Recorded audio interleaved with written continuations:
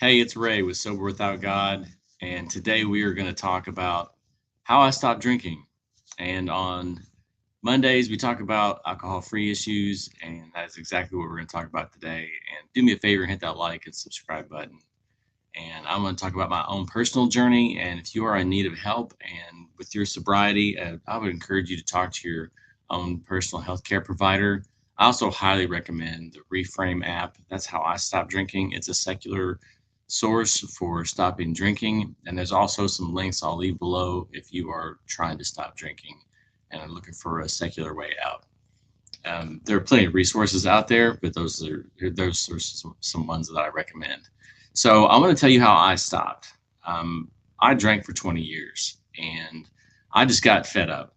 I got fed up several times, to be honest, and I tried to stop a lot of times. But one day I just got so fed up. Hit I didn't hit rock bottom, but I hit close to bottom, and I decided that I'd had enough. And I downloaded the Reframe app, and it gave me some idea about what was going on in my brain and what was going on with my drinking. And I just said, I told it, gave myself a hard stop. I said, no more after this. And I'd said that before. I said that a lot of times before. But there was one key difference between this time. I'm 2.5 years sober now. There was one key difference between this time and all the other times I said no to drinking. And this time it was community. And I found a community of people I could talk to. And I found people who were like me on the Reframe app who were also stopping drinking. I found a coach on there who I could talk to every single day about my alcohol free journey. And I found people I could connect to who were also going through it that I could text every day, there was a forum on there that you could jump on every day. That was the big difference. Before I had tried stopping drinking, I'd white knuckled it. I had gone through it all by myself.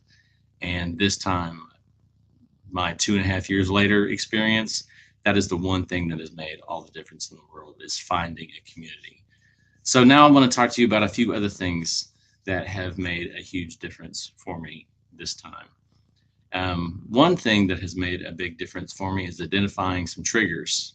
There are four things that they tell you when you stop drinking. It's called HALT, HALT, hungry, angry, lonely, tired. Four things that are pretty easy to identify when you stop drinking or when you crave a drink. So if you're hungry, if you're angry, if you're lonely, or you're tired, you will very likely crave a drink. And those are true for me. So I try to stay in a position where I am not hungry. And if I get angry, I create some mindfulness or do some breathing exercises. I also see a therapist. If I get too lonely, I engage with people in my sobriety group, and I try not to get too tired. I get plenty of sleep, or I get a nap, or I get some rest. And so I make sure there's other triggers, there's all kinds of triggers you will find if you decide to become sober, if you decide to go on the alcohol free journey, that you will find other triggers as well. Like one of the triggers that I used to have was every time I cooked an evening meal, I would go straight for alcohol. When I came home from work after a stressful day, I would start craving alcohol. So that's one of the other things too, is when you stop drinking, you need to create new habits. Atomic Habits is one of the best books that I read when I stopped drinking, and I encourage you to read that. So you need to create new pathways in your brain to follow so that the old habit of getting stressed, getting angry, getting lonely, getting tired, that those habits you're as soon as you feel those things, you immediately want to grab a drink. So you have to create new brain pathways in order for you to be successful with your new habit of being alcohol free. So maybe for me, it was I find a new soft drink. And I found a new soft drink, and mine was a Kentucky made soft drink called Ale 8. And so that's what I drank. I would pick up an Ale 8. Or I would distract myself with, uh, as soon as I got a craving, I would find 15 minutes of something to do. And they have apps on the Reframe app that you can do, and they will engage you for 15 minutes. Or I would say to my spouse at the time, I would say, I'm having a craving. Or I would say to my sponsor, I'm having a craving. or I would say to a friend, I'm having a craving. I would find 15 minutes of something to do to distract myself, because that's about how long a craving will last. But you have to have a plan ahead of time before that craving hits, because if you don't, you will give in to that craving. So, breaking the cycle with those cravings by forming new habits. 15 push ups, do 5 minutes of aerobic activity, go for a walk, splash some water in your face, do something to create a new habit. So, also set some clear goals. Have some goals. Say, this is where I am today. And the first 3 days they were absolutely the hardest for me, and I was minute to minute on day one. And I knew that getting through the day was not going to be too bad, because I didn't like to drink until the evening. And so that night I was minute to minute. I just took it in minute chunks, 5 minute chunks, 10 minute chunks, and I got through those minutes. And when I got to bedtime, I knew I got it. And if I could get to sleep, I would make it through that night. And then I would get to the next day, and cravings would hit. And as soon as those cravings hit, I had a plan in my head, and I would start thinking about alcohol. And I knew I was going to read something, or I was going to do an activity, or I was going to text somebody, or I was going to get on an app and I was going to do an activity. And so I had a goal that I can get through the first 3 days, and you can get on meetings on that app as well. And you don't have to show up. You don't have to put your face on the meeting. You don't have to talk in the meeting. You can just listen in the meeting. And I was going to go to as many meetings as I possibly could and find encouragement. But set a goal. Say, my goal today is just to get through day one, and I will not drink today. And you may have set a goal, and your goal may not last any longer than one day, and it may not last any longer than getting through the next day. And then as soon as you get through those first 3 days, you may say, my next goal is to get through next week. And as soon as you get through that week, then you can set bigger goals.